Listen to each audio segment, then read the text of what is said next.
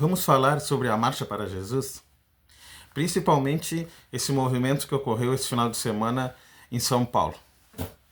A Marcha para Jesus, que inclusive de Jesus, de Marcha para Jesus, só tem o nome fake, porque de Jesus não tem nada, nem sequer a espiritualidade. Esse movimento é um comício político, e o altar é um palanque de discursos, ideologias e de política extrema. Ali se encontram, nesse movimento, vários empresários, se reúnem vários artistas, principalmente da música gospel, mas muitos políticos. Políticos que estão ali com interesse, principalmente com interesse de capitalizar esse público para si mesmo. É estranho porque se você assiste o movimento, se você assiste esse encontro da Marcha para Jesus, os líderes políticos eles têm mais tempo de fala, né, mais lugar de fala do que os próprios pastores. E não se fala de religião, se fala de política.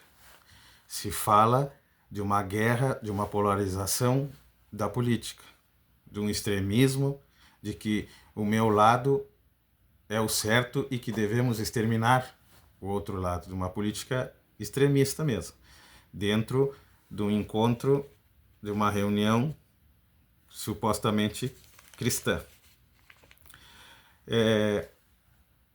Há discursos, inclusive, que se você tem o hábito, ou se der simplesmente uma analisada em meia dúzia de textos bíblicos, não tem nada a ver com aquele lugar.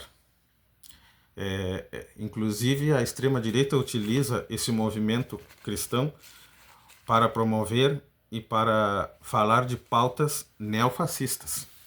Sim. O governador de São Paulo, Tarcísio Freitas, e o prefeito de São Paulo, Zema, se movimentavam ali com a bandeira de Israel, hasteavam a bandeira de Israel, como se isso fosse um símbolo de guerra, né? No intuito, praticamente significa que apoia, né, que estão apoiando esse movimento cristão, e os políticos, né, estão apoiando o genocídio em Gaza, né? O que é, para mim, a minha ideia de pensamento, algo que não é cristão.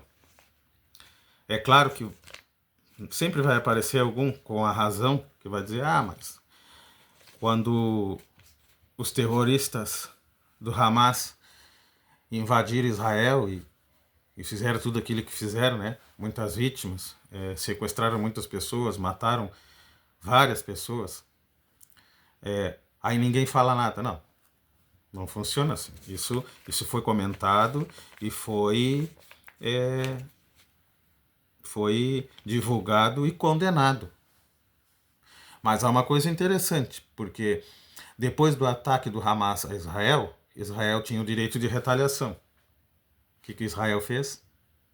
Praticamente lançou uma guerra de extermínio a um povo palestino que nem exército tem, matando idosos, mulheres e crianças, matando civis, porque e quando eu condeno, e acredito que a maioria das pessoas que tem um pouco de conhecimento, que conhece a história, né, de Israel e Palestina, sabe que hoje o povo de Israel, hoje a nação de Israel, eu digo o local geográfico, porque às vezes fala a nação de Israel como se fosse a nação espiritual, a escolhida por Deus, Israel, o povo de Deus. Não, eu estou falando de Israel, a nação territorial. Israel, hoje, ela é governada por Netanyahu, que para mim não deixa de ser menos ou mais terrorista dos que os próprios integrantes do Hamas. Porque o que Netanyahu está fazendo na Palestina é um genocídio, é terrorismo. Ele não é diferente do que os terroristas do Hamas. Mas o povo de Israel, a nação, territorial, aquele povo que está ali, eu não os condeno, porque para mim eles são vítimas, inclusive vítimas de Netanyahu, assim como não se pode determinar e julgar a Palestina como terrorista, porque a Palestina é vítima do Hamas. Então, nesse encontro político e o costume que tem grande parte dos fiéis evangélicos, né, dos líderes evangélicos de punhar e de se vestir, se cobrir com a bandeira de Israel, é como se apoiasse o genocídio e o terrorismo cometido por Netanyahu, presidente de Israel, terrorista, assim como os terroristas do Hamas. E a Marcha para Jesus, no Brasil, que começou com um movimento bonito, um movimento cristão mesmo, um movimento de ideias cristãs, sem ideologia, hoje, a Marcha para Jesus carrega seus bezerros de ouro.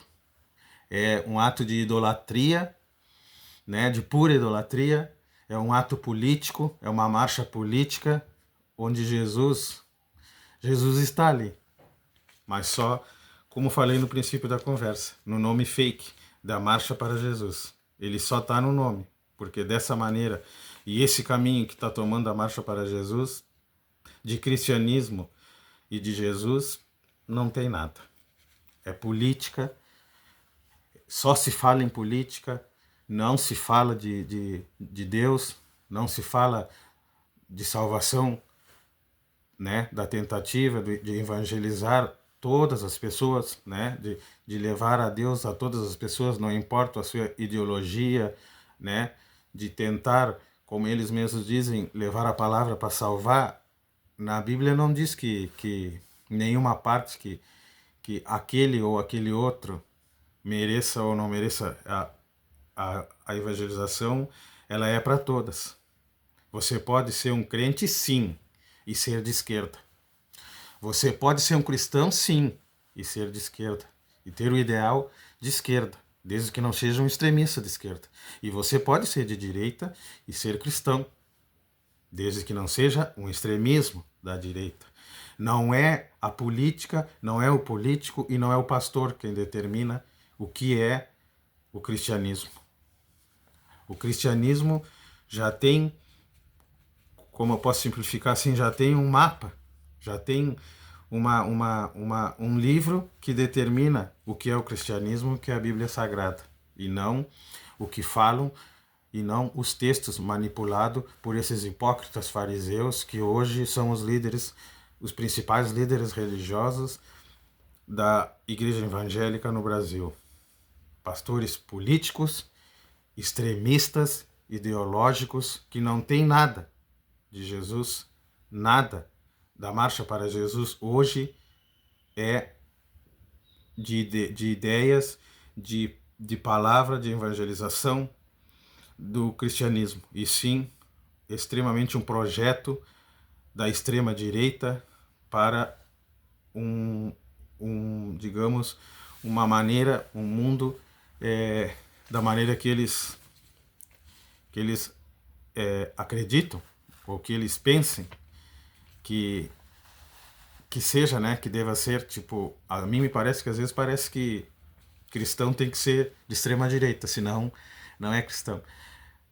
Me parece às vezes nas falas, inclusive, do conhecido Silas Malafaia, que ele é o soberano aqui no Brasil que determina quem é cristão e quem não é cristão, quem é crente, quem não é crente, quem merece a palavra de Deus e quem não merece. Um hipócrita que age e atua como os fariseus da antiguidade, que se utilizam da palavra, da manipulação de textos para conseguir os seus projetos políticos e econômicos, extorquindo dos fiéis, né? Mostra claramente, isso fica claramente evidenciado quando tu vê as fortunas que esses líderes religiosos têm acumulado, enquanto a maioria dos fiéis luta para conseguir o pão de cada dia. Eu sou Marcelo Garcia, editor do Fatos e Opiniões. Se você gostou desse vídeo, dá uma curtida aí, me segue no canal.